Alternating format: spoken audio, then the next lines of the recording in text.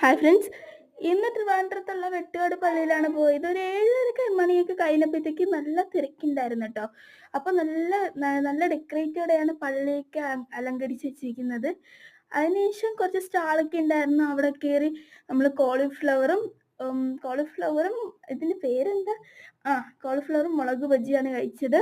അതിനുശേഷം കുറച്ച് കഴിഞ്ഞപ്പോഴത്തേക്ക് ഐസ്ക്രീം കുടിച്ചിട്ടുണ്ടായിരുന്നു. പക്ഷെ ഐസ്ക്രീം വീഡിയോ കിട്ടുന്നുണ്ടോയെന്ന് അറിയില്ല. പക്ഷെ ഐസ്ക്രീം കുടിച്ചിട്ടുണ്ടായിരുന്നു. അതിനുശേഷം പോയപ്പോഴത്തേക്ക് തട്ടുകട ഉണ്ടായിരുന്നു. തട്ടുകടയിൽ നിന്ന് ദോശയും രസവടയും മുളക് ചമ്മന്തി, സാമ്പാറും അങ്ങനെ ഓംലെറ്റ് ഒക്കെ മേടിച്ചിട്ടുണ്ടായിരുന്നു.